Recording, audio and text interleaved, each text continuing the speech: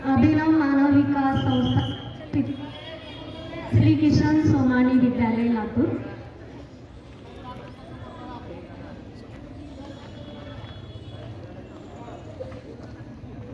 मान्यवरांना आसनस्थ होण्याची विनंती करते।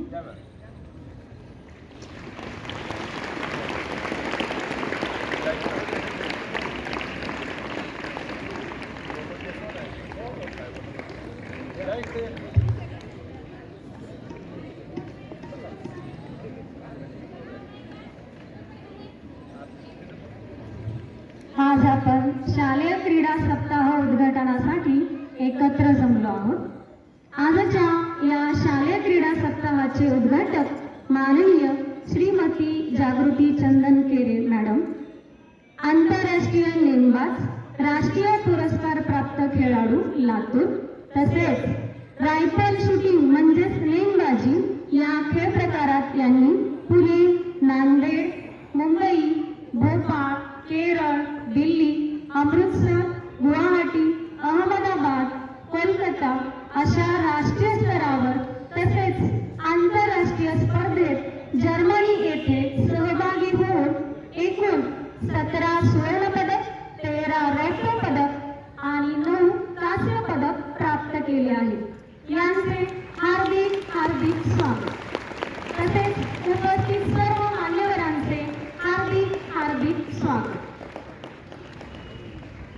खेळ हा मानवी जीवनाचा अविभाज्य भाग आहे।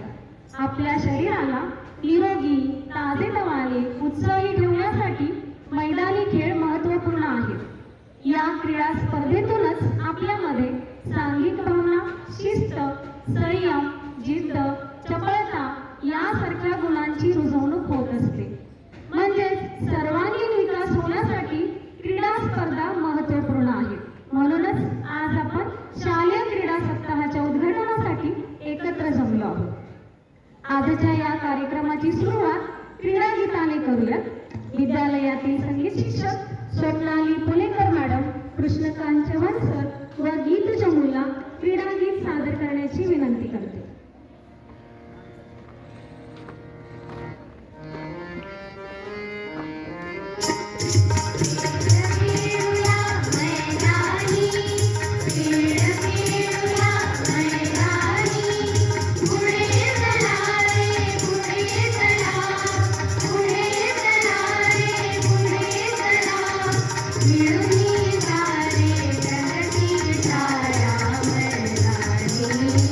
Thank you.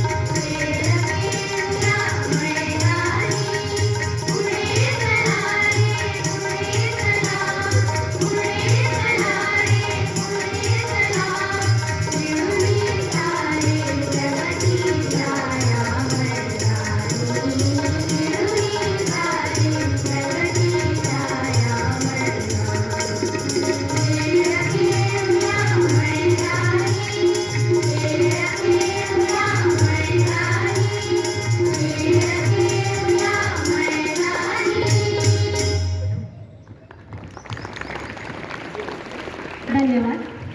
आजच्या कार्यक्रमाचे प्रमुख अतिथी माननीय श्रीमती जागृती चंदनकेरे मॅडम व व्यासपीठावरील मान्यवरांना आंतरराष्ट्रीय हॉकीपटू मेजर ध्यानचंद यांच्या प्रतिमेचे पूजन करण्याची विनंती करते.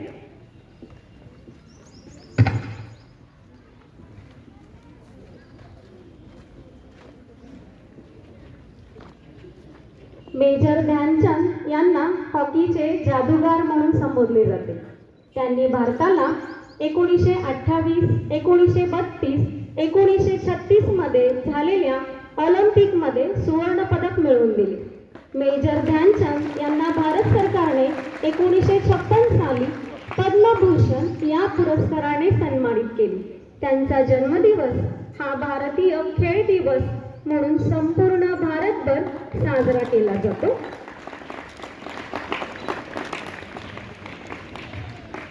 धन्यवाद.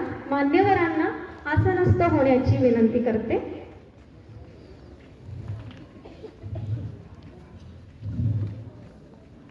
यानंतर अभिनव मानव विकास संस्थेचे उपाध्यक्ष माननीय विवेकजी रेड्डी सर यांना आजच्या उद्घाटन समारंभाच्या प्रमुख अतिथी माननीय श्रीमती जागृती चंदनकेरे मॅडम यांचे स्वागत करण्याची विनंती करते.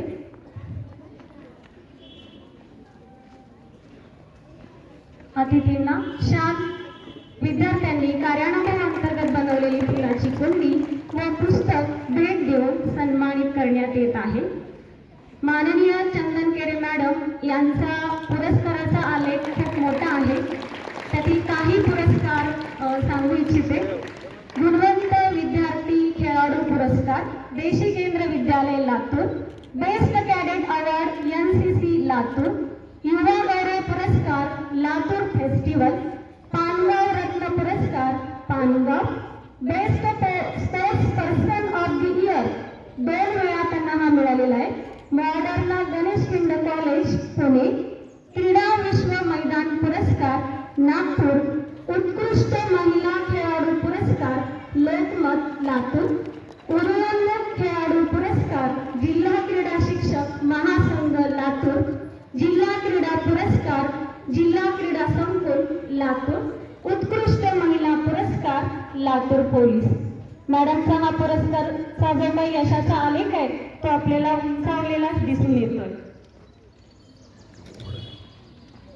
विद्यालयाचे मुख्याध्यापक माननीय श्री रमाकांतजी स्वामी सर यांना मी आजच्या कार्यक्रमाचे प्रास्ताविक करण्याची विनंती करते.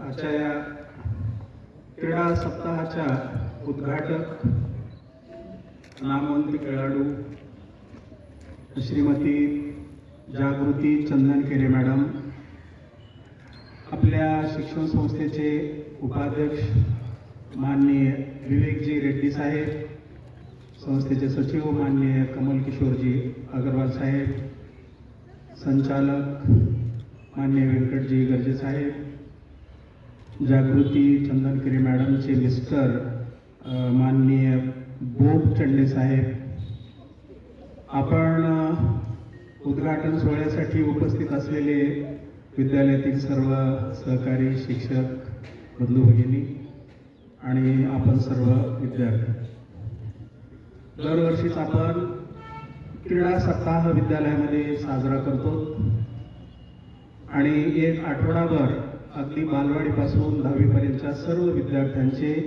वेगवेगळे खेळ घेतो. खेळ घेण्याच्या पाठीमागचा उद्देश तुमची खेळाबद्दलची आवड निर्माण व्हावी, कारण खेळणं हे तुमच्या मानसिक आणि शारीरिक आरोग्यासाठी किती आवश्यक आहे अनेक वेळा तुम्हाला सांगितलेलं गेलेलं आहे. शारीरिक आरोग्य खेळामुळे उत्तम राहतच, पण मानसिक आरोग्य सुद्धा उत्तम राहण्यासाठी खेळ आवश्यक आहेत. कारण खेळामधूनच तुम्हाला अपयश स्वीकारण्याची मनोवृत्ती तयार होते. कारण या स्पर्धेच्या युगामध्ये मला काही प्राप्त झालं नाही, मला मिळालं नाही, माझ्या पुढे कोणीतरी गेला म्हणून प्रचंड नैराश्यात जाणाऱ्या विद्यार्थ्याची संख्या सुद्धा खूप आहे. पण खेळ खेळणाऱ्या विद्यार्थ्यांमध्ये एक खिलाडू वृत्ती असते. दोघांपैकी कोणीतरी एक जिंकणार आहे हे त्याला माहिती असतं. म्हणून तुम्ही पाहत असाल की खेळ झाल्यानंतर अगदी जे जिंकलेले असतात त्यांचं अभिनंदन त्यांच्यासमोरच हारलेले विद्यार्थी सुद्धा करत असतात. आणि शारीरिक आरोग्यासाठी तर खेळ अत्यंत आवश्यक आहे. वरचेवर आपल्याला श्रम करणं अतिशय कमी होत चाललेलं आहे.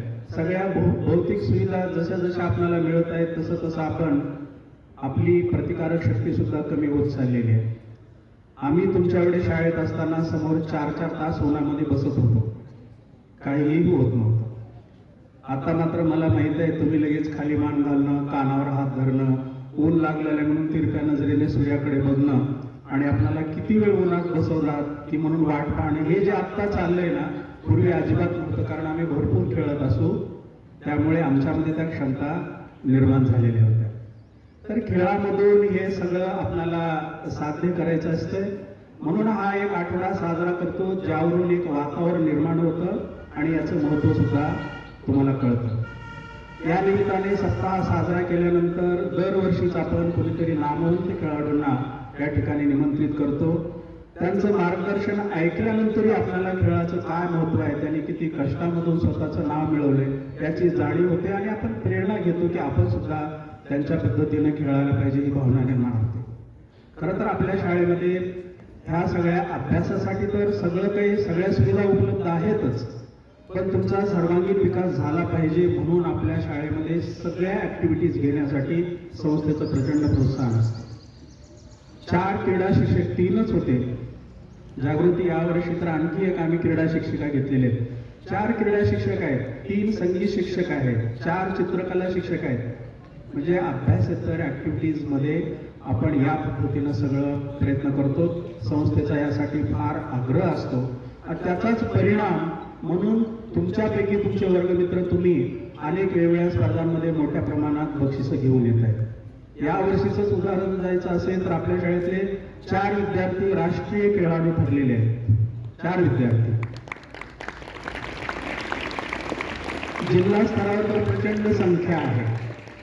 राष्ट्रीय खेळाडू 4 आहेत. स्टेट लेवलला 27 विद्यार्थी खेळायला गेलेले होते आणि विभागीय स्तरावर सुद्धा जवळजवळ 54 विद्यार्थ्यांनी सहभाग नोंदवलेला आहे.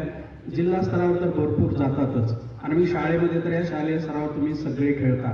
निश्चित ही गोष्ट अतिशय समाधानाची आहे.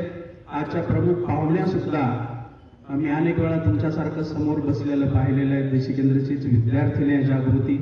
आज मी खूप आदराने बोलवले. माहिती नाही मला शाळेत किती रागावलो होतो, कधी शिक्षा केली असेल, पण प्रचंड ऊर्जावान, अतिशय उत्साही तिची मला शाळेतली खूप आठवण आहे. खेळामध्ये तर तिनं अगदी जागतिक पातळीवर जर्मनीला तिनं आंतरराष्ट्रीय लेवलला खेळ खेळलेला आहे. नेमबाज आहे रायफल शूटिंगमध्ये. आणि आत्ताच बोलताना लक्षात आलं की लातूर सारख्या ठिकाणी आज स्टेडियमवर तिची अकॅडमी चालवते ती. लातूरला रायफल शूटिंग शिकायला मिळणं जिल्हा पातळीवर खरं तर कुठल्याही जिल्ह्यासाठी हे दुर्मिळ असेल, पण आज ती लातूरमध्ये आहे. तुम्ही खरं तर हा उपयोग सुद्धा सगळा करून घ्यायला पाहिजे या निमित्तानं मी सांगेल. जागृती खेळामध्येच नाही तर अभ्यासामध्ये, खेळामध्ये, आणि मला तिची प्रखरशानं तिला फोन केल्यापासून आठवण येते ती गॅदरिंगची. गॅदरिंगमध्ये तुम्हाला माहिती आहे कितीतरी कला प्रकार असतात. तिनं एकही प्रकार ठेवला नव्हता की ज्याच्यामध्ये भाग घेतला नाही असा, आणि ज्याच्यामध्ये भाग घेतला त्याच्यामध्ये तिनं बक्षीसच मिळवलेले आहेत. मला हे चांगल्या आठवणी आहे. आपण एका विद्यार्थ्याला दुसऱ्या स्पर्धेत वगैरे भाग घेऊ नका म्हणून सुचवतो, पण तिने आग्रहानं सगळीकडे भाग घेतलेला आहे. म्हणजे सर्वांगीण विकास ज्याला म्हणतात, प्रत्येक गोष्टीमध्ये हिरिरीनं सहभागी होऊन प्रचंड यश मिळवलेलं आहे. म्हणून तिचं जागतिक पातळीवर, देश पातळीवर नाव झालेलं आहे. आज या ठिकाणी त्या उपस्थित झालेल्या आहेत, तुम्हाला ती मार्गदर्शन करणार आहेत. त्याबद्दल त्यांचं मी अभिनंदन करतो विद्यालयामध्ये आणि या ठिकाणी थांबतो. धन्यवाद.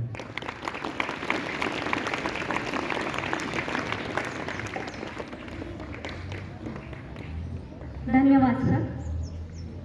आजच्या या कार्यक्रमाच्या मुख्य अतिथी माननीय श्रीमती जागृती चंदनकेरे मॅडम व व्यासपीठावरील मान्यवरांना मी क्रीडा ज्योत प्रज्वलित करण्याची विनंती करते.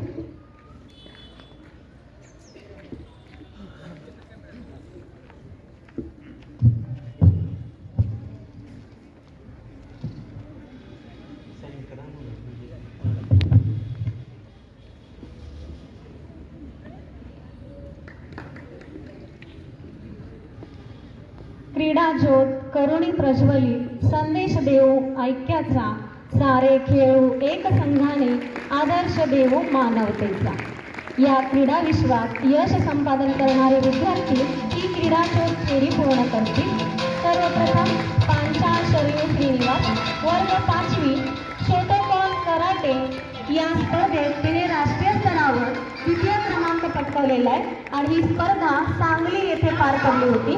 यानंतर कदम पूर्वी विकास 8वी वर्गातील विद्यार्थिनी किक बॉक्सिंग या स्पर्धेत तिने राज्यस्तरीय तृतीय क्रमांक प्राप्त केलाय.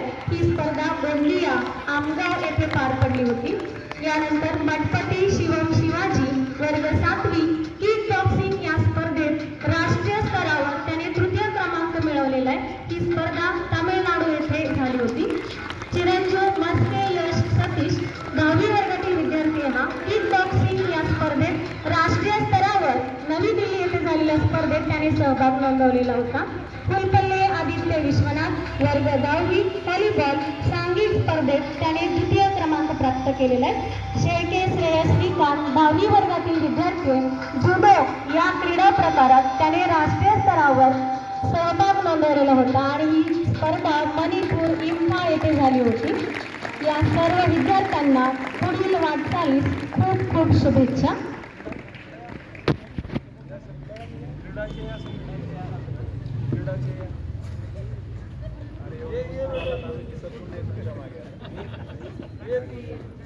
या सर्व विद्यार्थ्यांच्या यशामागे त्यांचे क्रीडा शिक्षक व त्यांची जी मेहनत आहे, जिद्द आहे, यामुळेच त्यांनी हे यश प्राप्त केलेलं आहे आणि त्यांच्या या वाटचालीस खूप खूप शुभेच्छा.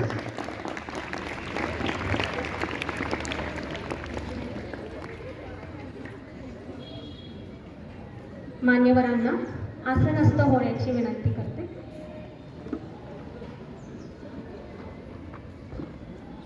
विद्यालयातील विद्यार्थी खेळाडू हे विविध क्रीडा स्पर्धेत सहभागी होत असतात.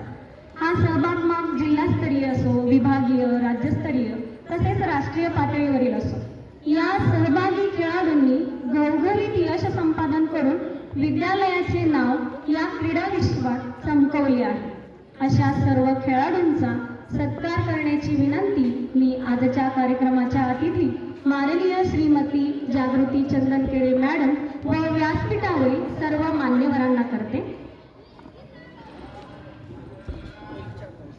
सर्वप्रथम राष्ट्रीय स्तरावरती ज्यांनी यश संपादन केले आहे असे विद्यार्थी कुमारी पांचाळ शरयू श्रीनिवास.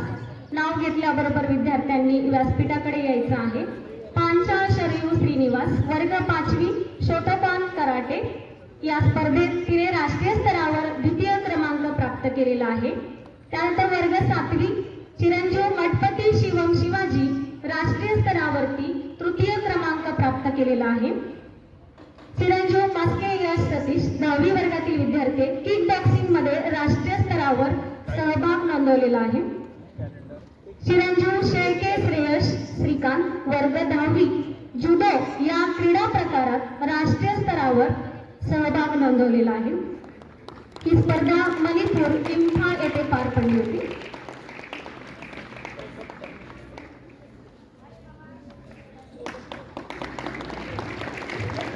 सर्व विद्यार्थ्यांचे हार्दिक अभिनंदन. या विद्यार्थ्यांना रायटिंग पॅड, लोकविज्ञान कॅलेंडर आणि वही देऊन त्यांचा सत्कार करण्यात येत आहे.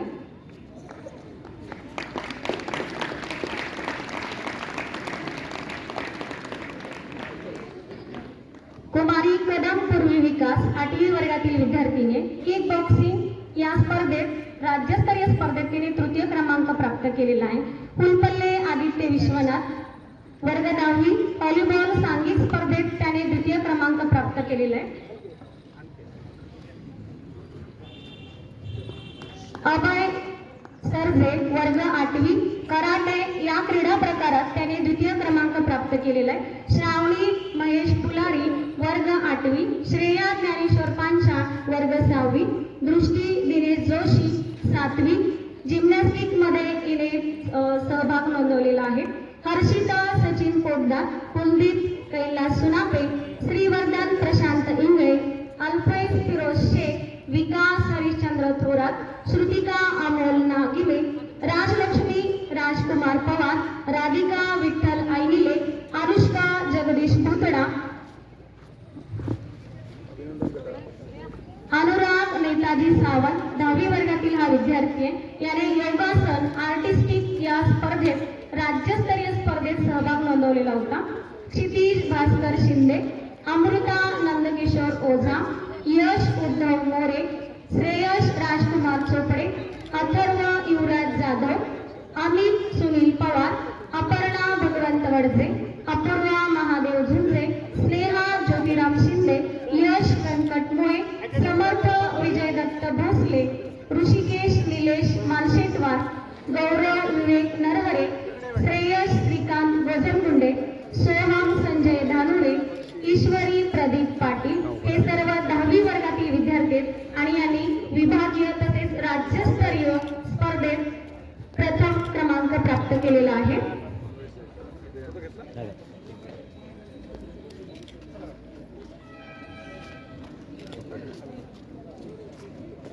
यापुढील 9वी वर्गातील विद्यार्थी आहेत खुशी अविनाश बट्टेवार,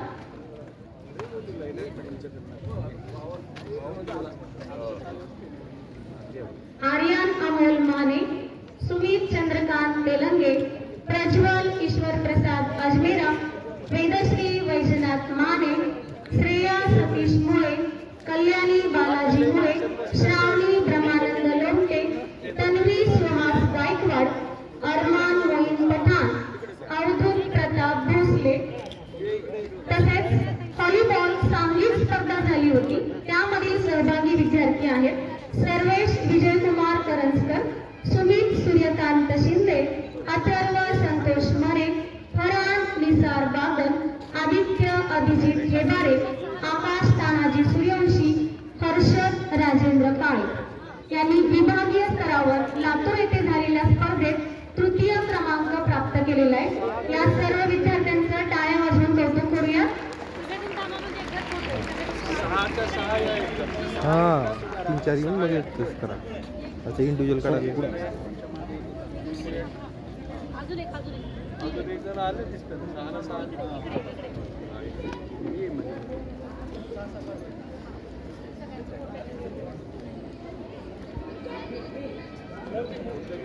ओके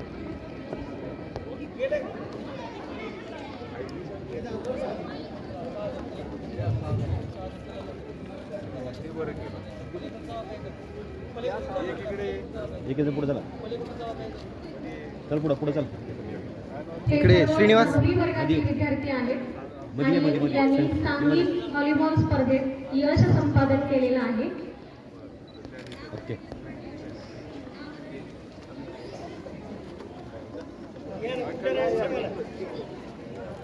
वृषाली गोविंद प्रसाद जाजू, वैभवी शमुवेल वाघमारे, स्नेहल सुधाकर कांबळवाड, श्रावणी मारुती हंडे, गौरवी भगीरथ मोठेगावकर, अभिजित तानाजी राठोड, प्रणव श्रीकांत शेळके, वेदांत बाळासो कामकडे, विश्वजित दत्तात्रय शिरोरे, अर्णव मुकुंद पाटील, अमित संतोष साबळे, श्रेयश नितीन कांबळे, सलमान निजाम शेख, कार्तिक राजेंद्र काळे या सर्व विद्यार्थ्यांनी विभागीय स्तरावरील स्पर्धेत यश संपादन केलेलं आहे.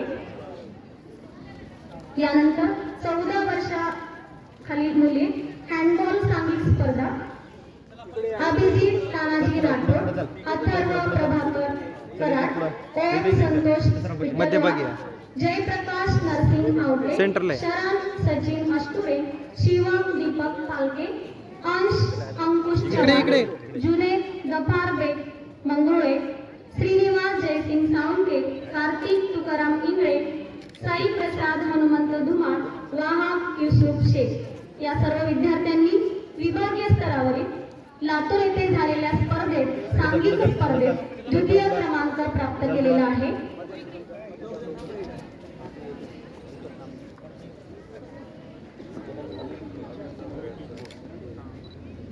Okay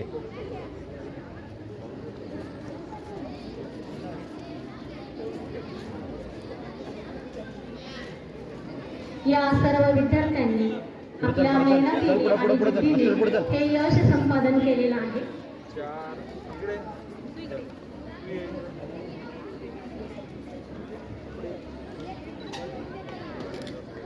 okay.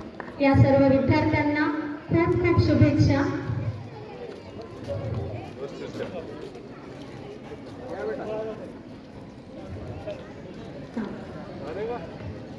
नववी वर्गातील विद्यार्थी आहेत. पुढे जा. खुशी अविनाश बट्टेवार तिने कराटे या क्रीडा प्रकारात राज्यस्तरीय नागपूर येथे झालेल्या स्पर्धेत प्रथम क्रमांक मिळवलेला आहे.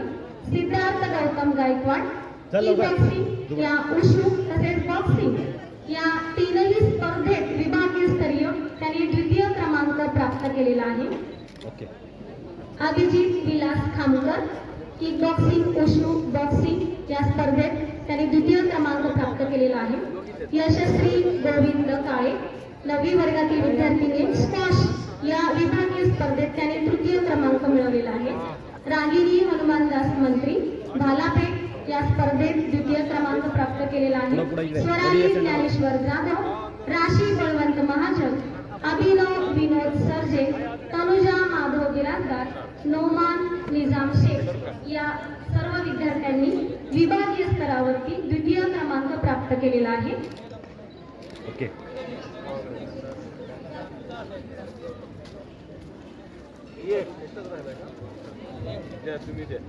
या सर्व विद्यार्थ्यांना मार्गदर्शन. ओके.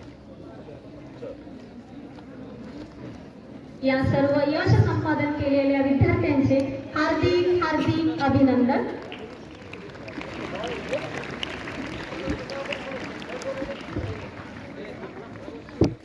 आजच्या या कार्यक्रमाच्या प्रमुख अतिथी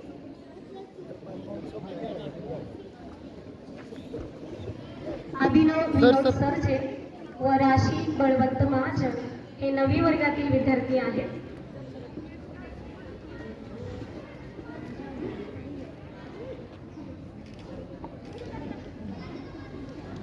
स्क्वॉश आणि स्विमिंग या स्पर्धेत त्यांनी विभागीय स्तरावर तृतीय क्रमांक प्राप्त केलेला आहे.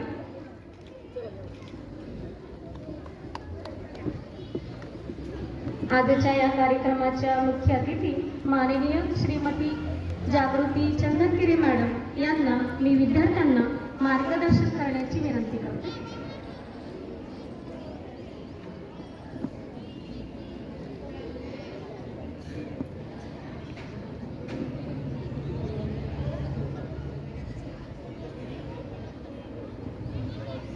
बेटे बेटे सावधान, आराम से, सावधान, आराम से. तर सगळ्यात चांगली गोष्ट मला हे वाटली की सगळेजण युनिफॉर्म मध्ये आहे. मला एक सिंगल मुलगा किंवा मुलगी अशी दिसली नाही की त्यांनी म्हणजे विदाऊट युनिफॉर्म आहे. तर सगळेजण स्वतःसाठी क्लॅप करायचं एकदा जोरदार.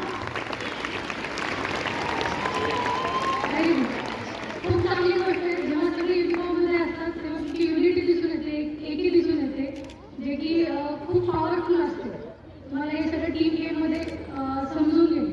आता आपण बघितलं की बरेच विद्यार्थी वेगवेगळ्या गेम मध्ये पार्टिसिपेट केलेले आहेत, पण जे टीम गेम मध्ये मजा असते ना ते बाकीच्या गेम मध्ये नसते असं मला वाटतंय. जे की माझंही स्वतःही मी इंडिव्हिज्युअल गेम खेळते, जे की टीम गेम नाही खेळते, तरी मला अशी अपेक्षा असते की सर्वांनी टीम गेम खेळावं. त्याच्यातून युनिटी निर्माण होते आणि ती युनिटी मला इथं तुमच्यामध्ये दिसून येते, तुमच्या शिक्षकांमध्ये दिसून येते. तुमचे शिक्षक सुद्धा सगळे युनिफॉर्म मध्ये आहेत आणि विद्यार्थी सुद्धा युनिफॉर्म मध्ये आहेत. हे मला खूप छान वाटलं. तर सर्वप्रथम मंचावर उपस्थित असलेले Garje sir, Reddy sir, Agarwal sir आणि माझे आणि तुमचे मुख्याध्यापक स्वामी सर, आज मला आपल्या स्कूलमध्ये गेस्ट म्हणून बोलवलं. मला स्वामी सरांचा फोन आलेला. ॲक्च्युली मी सगळ्यांना सांगू इच्छिते की माझं लहान बाळ आहे, 6 महिन्याचंच आहे, पण प्रेग्नेन्सीमध्ये मला 2-3 कार्यक्रम आलेले पण मी एकाही प्रोग्रामला गेली नव्हती. सरांचा फोन आला आणि मला माझ्या शाळेची आठवण झाली. मला नाही म्हणून नाही वाटलं सरांना. मी माझ्या आईला घरी बोलवलं, माझ्या बाळाला मम्मीजवळ ठेवलं आणि मी प्रोग्रामला आले. आणि मला खरंच खूप छान वाटतंय की मी प्रोग्रामला आले इकडे.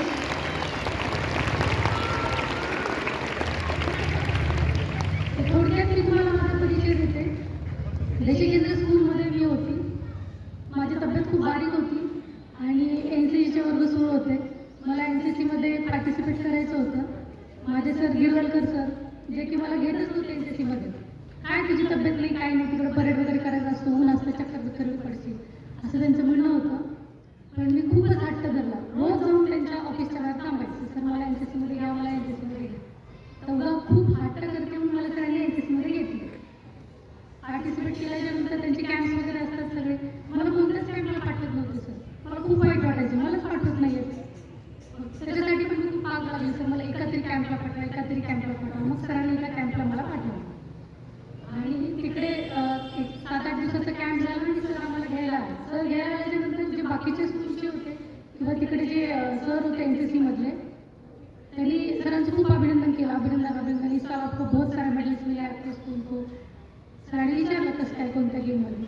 मी प्रत्येक कल्चरल प्रोग्राममध्ये मला मेडल होते, परत व्हॉलीबॉलमध्ये मेडल होतं, म्हणजे वेगवेगळ्या गेममध्ये मला मेडल होतं. सरांनी खूप छान वाटलं आणि नेक्स्ट सगळ्याच कॅम्पला मला सरांनी पाठवायला सुरुवात केली. तिथूनच माझी सुरुवात झाली. तिकडेच मी पहिल्यांदा रायफल शूटिंग केलं. आणि पण रायफल शूटिंग हे NCCचं वेगळं असतं आणि मी जे आता करते ते वेगळं असतं. NCCचं फक्त NCC पुरतं मर्यादित असतं आणि हे वेगळं प्रोफेशनल रायफल शूटिंग वेगळं असतं. मग आता आणि तुम्हाला थोडक्यात माझा परिचय सांगितला की जागृती सगळ्या त्याच्यामध्ये होती. कल्चरल प्रोग्राममध्ये डान्स असतील, मिमिक्री असेल, तुमची नाटकं असतील, सगळ्या याच्यामध्ये होती. फक्त त्यांनी अभ्यास पण असं केलं, अभ्यासाचं काही सांगितलं नाही सरांनी. कारण कसं आहे, अगोदर सरांनाही माहिती मी अभ्यासात अजिबात नव्हते. म्हणलं तर हरकत नाही, ॲव्हरेज होती ॲव्हरेज. अगोदर फक्त 2 कॅटेगरी असायचे, एक तर अभ्यासू किंवा खेळाडू. तर ते खेळाडूमध्ये मी होती, दुसरं आदलं मधलं काही नसायचं. आता बरेच प्रकार आहेत, अभ्यासू आहे, संगीत आहे म्हणजे तब्येतीने, खेळाडू आहे पण अभ्यासामध्ये नाही आहे. आता असं पण आहे की खेळाडू पण आहेत आणि अभ्यासामध्ये पण आहेत, असे पण बरेच विद्यार्थी आहेत. बाकीच्या ह्याच्यामध्ये पण खूप सगळे चांगले आहेत. असं आमच्या वेळेस नव्हतं. आमच्या वेळेस फक्त 2च ऑप्शन असायचे, एक तर अभ्यास किंवा खेळाडू. तुम्ही थोडेफार कमी मार्क असेल तर मी अभ्यासही म्हणणार नाही आणि खेळामध्ये थोडंफार कमी असेल तर खेळाडूही म्हणणार नाही. तर त्या टाईपची मी होती. आणि मला अजून आठवत आहे, माझ्याकडे सर आपला फोटो पण आहे. मी एक पंजाबी ड्रायव्हरचा रोल केला होता आणि सर पाठीमागे बसून हसत होते. ॲक्च्युली मला त्याच्यामध्ये 2nd प्राईज मिळालं होतं. सरांना कौतुक वाटतंय की कल्चरल प्रोग्राममध्ये होती किंवा स्पोर्ट्समध्ये होते. पण तुमच्यासारखंच असताना माझ्याही आईवडिलांना टेन्शन आलेलं की ही मुलगी अभ्यास करते का नाही, हे करेल का नाही पुढे. जसं की सगळ्याच शिक्षकांना किंवा आपल्या आईवडिलांना प्रश्न पडतो.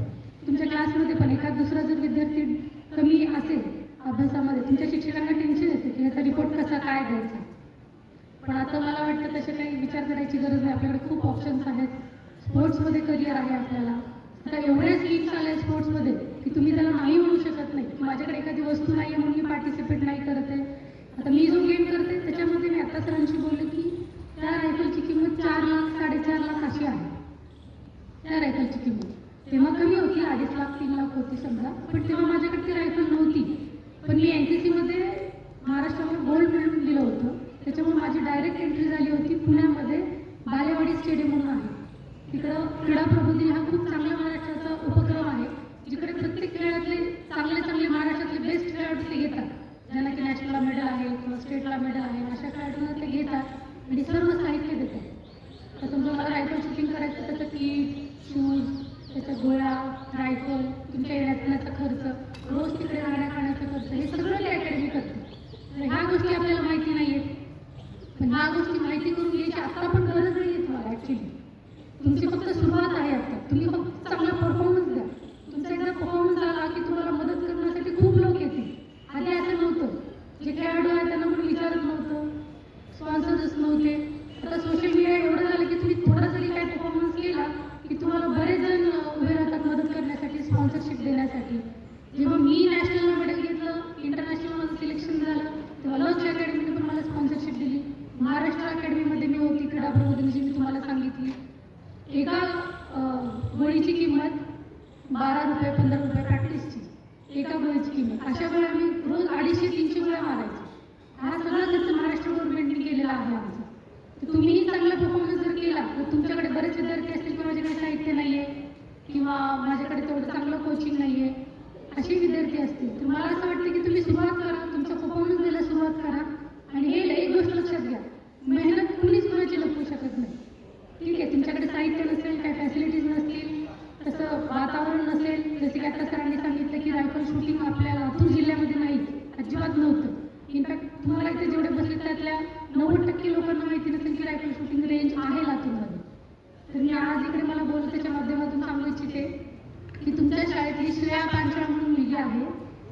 डिस्ट्रिक्टमध्ये, ती माझ्याकडे रायफल शूटिंगचं कोचिंग घेते आणि खूप चांगल्या प्रकारे ती रायफल शूटिंग करते. तर नक्कीच ती इंटरनॅशनल खेळते तुमच्या स्कूलमधून, की माझी शाश्वती आहे तुम्हाला. मी विश्वास देते की ती 1-2 वर्षामध्ये इंटरनॅशनल खेळेल. आणि खूप मेहनती मुलगी आहेत. आणि आता जेवढे विद्यार्थी आले मी जास्तीत जास्त किक बॉक्सिंगचे बघितले. चांगली गोष्ट आहे, नाही असं नाही अजिबात. बऱ्याच गेममध्ये तुम्ही पार्टिसिपेट केलेलं आहे. तर नेक्स्ट इयर सर रायफल शूटिंगचे पण असेच विद्यार्थी पुढे यावेत मेडल्स घेण्यासाठी किंवा तुमचं जे काही तुम्ही प्राईज दिलेलं आहे ते घेण्यासाठी, अशी माझी इच्छा आहे.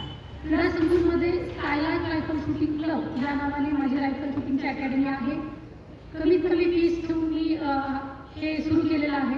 माझा एवढाच उद्देश आहे की जास्तीत जास्त खेळाडू याच्यामध्ये सहभाग नोंदवावा. का तर त्याचे बाकीचे गेम्स आहेत, सगळेच गेम चांगले आहेत तसे, पण बाकीच्या गेममध्ये एज लिमिट आहे. प्रत्येक गेममध्ये एक एज झाली की तुम्ही तो गेम नाही खेळू शकता. तसं रायफल शूटिंगला नाही. रायफल शूटिंग तुम्ही कितीही वर्ष कितीही म्हातारे झालं तरी खेळू शकता. आता मी सध्या काही वर्षाचा पॉज घेतलेला आहे. त्याच्यानंतर मी अजून 1-2 वर्षांनी परत माझं रायफल शूटिंगचं सुरू करणार आहे. मॅचेसमध्ये पार्टिसिपेट करणं, वेगवेगळ्या मॅचेसमध्ये खेळणं, कारण की मी मुलांना शिकवते, त्यांच्यासोबत मॅचला जायला आणि मीही मॅच खेळेन, असं माझं चाललेलं आहे. मला असं वाटतं की प्रत्येकाने आपल्या आयुष्यात एक तरी खेळ खेळला पाहिजे. सरांनी तुम्हाला महत्त्व सांगितलंच आहे की का खेळ खेळले पाहिजे. जर तुम्ही एवढे सगळेजण इथे बसलाय, कशासाठी बसलाय? कारण की तुम्ही उत्साही आहेत खेळण्यासाठी, एवढ्या मुलांमध्ये बसलाय. हे जर तुम्हाला काही एज्युकेशनचं कुणी आलं असतं, काही माहिती दिलं असतं, तर कदाचित अजून चुळबुळ तुमची सुरू झाली असते. पण एवढं उत्साही वातावरण, मला वाटतं एक 3-4 दिवस झालं तुमच्या स्कूलमध्ये क्रीडा सप्ताह सुरू झालेला आहे. तर हा उत्साह फक्त सप्ताहासाठी नसून तर पूर्ण वर्षभरासाठी असावा आणि कायमस्वरूपी असावा. तुम्ही खेळल्यामुळे काय होणार आहे? एकतर तुम्ही निरोगी राहणार, सगळ्यात बेस्ट. तुमच्यामध्ये आणि बाकीच्या मुलांमध्ये इम्युनिटी पॉवर, रोगप्रतिकारक शक्ती जी आहे ती वेगवेगळी असणार आहे, तुमची जास्त चांगली असणार आहे. तर आजकाल आपण बघतोय की बाहेरचं जे खाणं आहे, पिणं आहे, ते सगळं अगोदरसारखं एवढं प्युअर नाही. तर त्याला लढण्यासाठी तुम्ही स्वतः स्ट्रॉंग असणं गरजेचं आहे, फिजिकली आणि मेंटली पण. आता छोटे छोटे मुलं आपण बघतो, जर शाळेला सुट्टी असेल तर ते टीचर्सला म्हणतात की आज शाळेला सुट्टी, मुलांनी खूप परेशान केलं घरी. म्हणजे आता तुमच्या शरीराची पण गरज झालेली आहे की तुम्ही खेळा तरच तुमचं शरीर जे आहे ते रात्री शांत झोपणार आहे किंवा नवनवीन तुमच्या मनामध्ये विचार येणार आहेत. तर मला वाटतं की सगळ्यांनी एक तरी खेळ कंपल्सरी खेळला पाहिजे. ठीक आहे, मुलींची बसण्याची व्यवस्था होत आहे. पटकन बसून घ्यायचंय. हा, तर मुलं जास्त स्ट्रॉंग आहेत ना? तर एकदा मुलांसाठी काय करूया, टाळ्यांचा पाऊस पडूया. माझा हात जसं जसा वर जाईल तसं तसं तुमच्या टाळ्या वाढल्या पाहिजे, जसं जसं खाली जाईल तसं कमी झालं पाहिजे. Ready, start.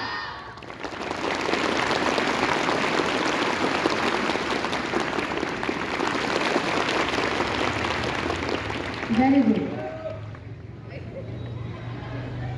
तर आपल्या इथे लातूरमध्ये पण गव्हर्नमेंटच्या आपल्या महाराष्ट्र शासनाच्या खूप साऱ्या स्कीम आहेत.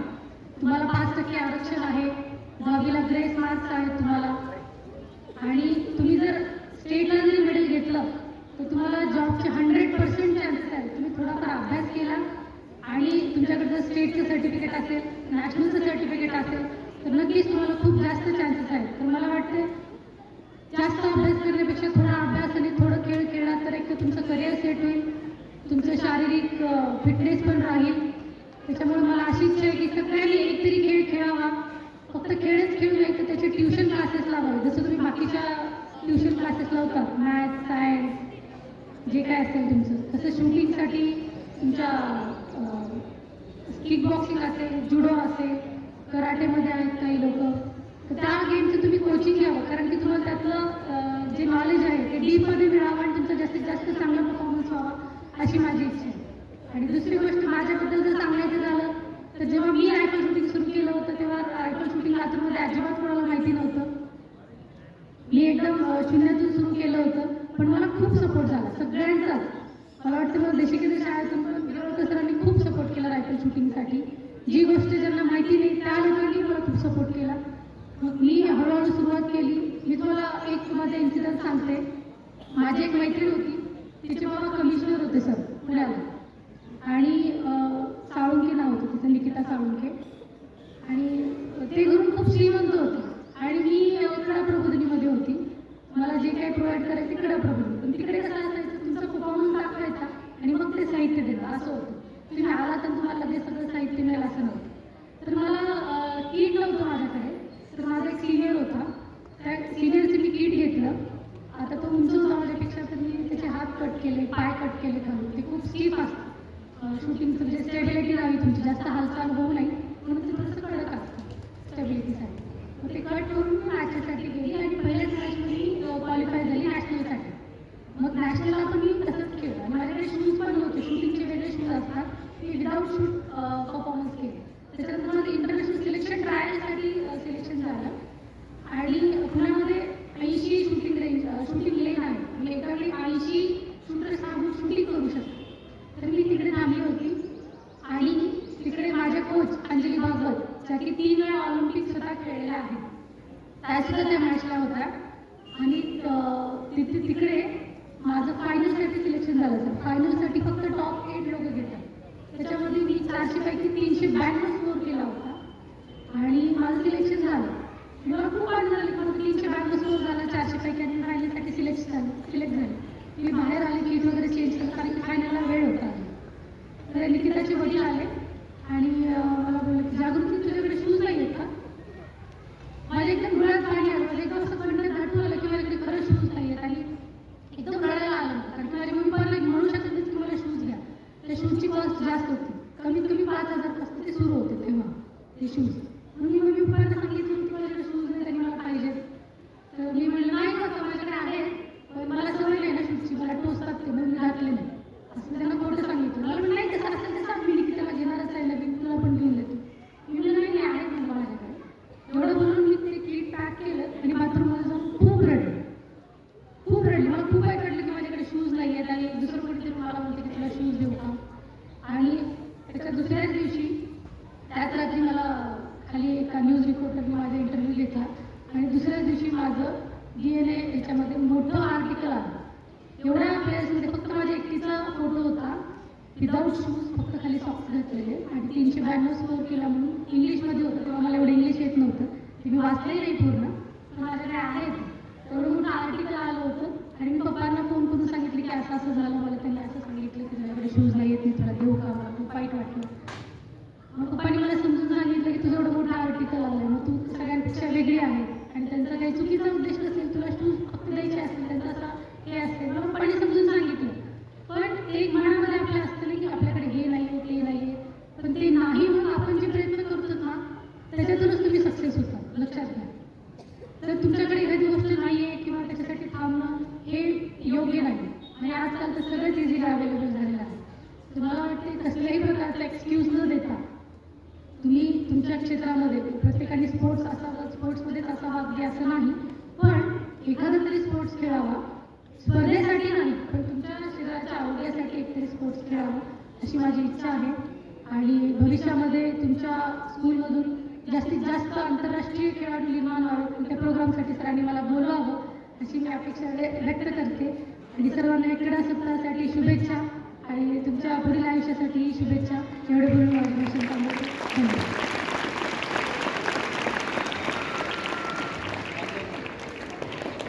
धन्यवाद मॅडम. तुमच्या या मार्गदर्शनातून योग्य तो संदेश मुलांपर्यंत नक्कीच पोहोचलाय, कारण की मेहनत आणि जिद्द एवढं असेल तर बाकीच्या गोष्टी आपोआप मिळत जातात. धन्यवाद मॅडम. यानंतर जी उत्सुकता मुलांमध्ये आहे की क्रीडा स्पर्धा कधी होईल, तर आता प्रत्यक्षात क्रीडा स्पर्धा होईल आणि रस्सीखेच या क्रीडा प्रकाराने आजच्या या क्रीडा स्पर्धेची सुरुवात होईल. यासाठी 8वी वर्गातील मुली त्यांचे संघ पुढे येतील आणि या स्पर्धेसाठी आजच्या ज्या प्रमुख अतिथी आहेत माननीय श्रीमती जागृती चंदनकेरे मॅडम तसेच उपस्थित सर्व मान्यवरांना मी या स्पर्धेस हिरवा झेंडा दाखवण्यासाठी समोर मैदानावर येण्याची विनंती करते.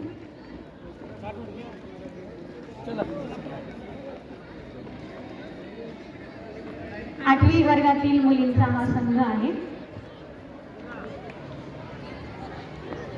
आणि उपस्थित विद्यार्थी या संघाला प्रेरणा म्हणून टाळ्या वाजवून प्रोत्साहन देतील.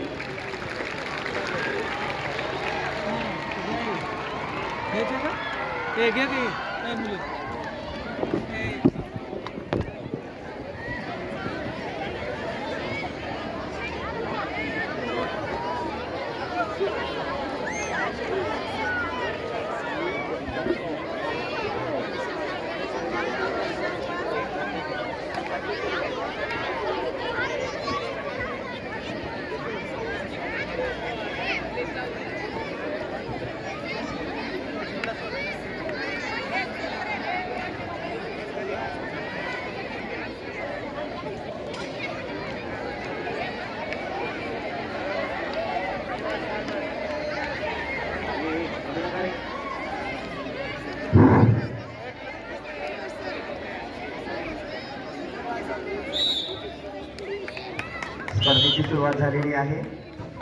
दोन्ही संघ आपापल्या पद्धतीने प्रयत्न करत आहेत. दोन्ही संघामध्ये ताकदीची कसोटी, या संघामध्ये जास्त ताकद त्या बाजूला दिली जाते. यामध्ये एक लांब जाड जोडी वापरलेली आहे. या दोन्ही बाजूतून खेळाडू एक संघ हारलेला आहे. दोन्ही सहभागी वर्गाचं अभिनंदन. आजच्या कार्यक्रमात उपस्थित प्रमुख पाहुण्या जागृती चंदनकेरे मॅडम यांनी आमच्या विद्यार्थ्याला अनुभव मार्गदर्शन केलं व विविध खेळातील संधी याविषयी माहिती दिली. कार्यक्रमाची शोभा वाढवली त्याबद्दल त्यांचे आभार व्यक्त करतो. तसेच विद्यालयाचे संस्थेचे उपाध्यक्ष श्री वेगजी रेड्डी सर, संस्था सचिव सर्वेश्वर अग्रवाल सर व संस्थेचे सदस्य वेगवेगळे सर यांनी कार्यक्रमाची शोभा वाढवली. तसेच कार्यक्रमाच्या सहकार्यासाठी सर्व शिक्षक, विद्यार्थी, पर्यवेक्षक यांनी सहकार्य केले त्याबद्दल त्यांचे मनपूर्वक आभार व्यक्त करतो.